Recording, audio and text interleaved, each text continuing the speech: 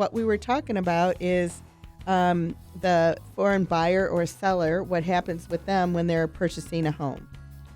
So one of the things that we do when we first realize that it's going to be subject to the FIRPTA is get an accountant involved, because they have to file the necessary documents or paperwork to IRS.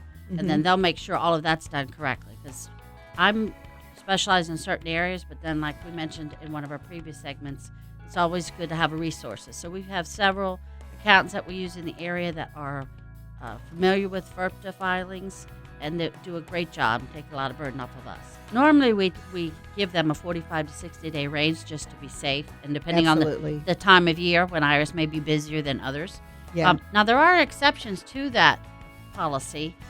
If your sales price is less than $300,000 and the buyer plans to live in the house 50% of the time in the first 2 years, you would not have to hold that 10%. Everyone signs a certification at the time of closing and says we met that exception to the rule, and then we would not have to hold it.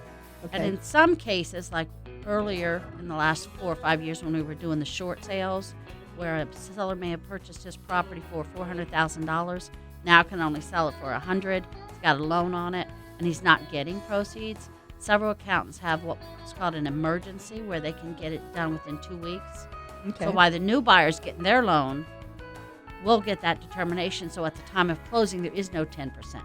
That has to be held because we already have the statement from IRS that says there is no money due. Because in this case, they would have taken a loss. The actual law, the way it reads in IRS, says that it's the buyer's responsibility to hold the 10%.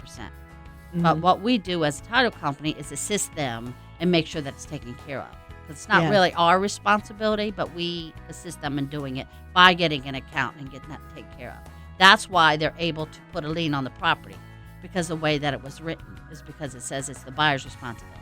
One of the things that we just recently ran into was when somebody had bought the property with tax certificates or something. Tax deeds, right? When the county is when they have taxes that are delinquent, investors can go in and pay those taxes, and then they'll have interest in the property.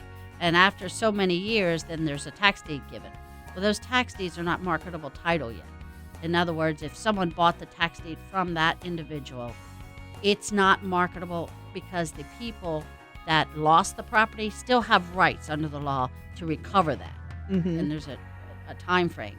So if you are trying to sell this in the first 4 years, you have to do something called a quiet title suit that notifies all the parties involved that had ownership interest that the property was in fact sold, that they had back taxes. Because a lot of people, especially if they're older or if they no longer live in Florida, they may forget about this piece of land they used to own, or if something happened to them unforeseen, and they're no longer living, their heirs may not have known about it. Right. So they have to track all that down and notify them under the law.